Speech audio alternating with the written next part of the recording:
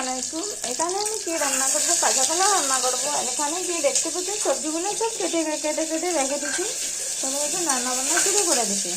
আমাদের শর্টকাট রান্না দেখতে পাচ্ছেন, আপনারা সবাই দেখতে পাচ্ছেন। এখানে সব মশলা সব কিছু ঢেলে দিলাম কাঁচা কলার ভিতরে, দেখতে পাচ্ছেন। ঢেলে দিয়ে একটুখানি নাড়াচাড়া করে তারপরে দেখে দেবো। এখানে আমার ভেন্ডি ভাজা হয়ে গেল, দেখতে পাচ্ছেন। আর এখানে পরিমাণ মতো একটু জল দিয়া দিব, না দিলে হবে না।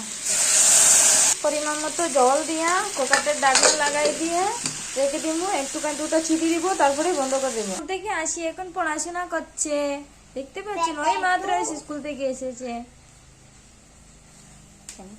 দেখতে পাচ্ছেন। আমার কুকারে চিটি মেরে দিল।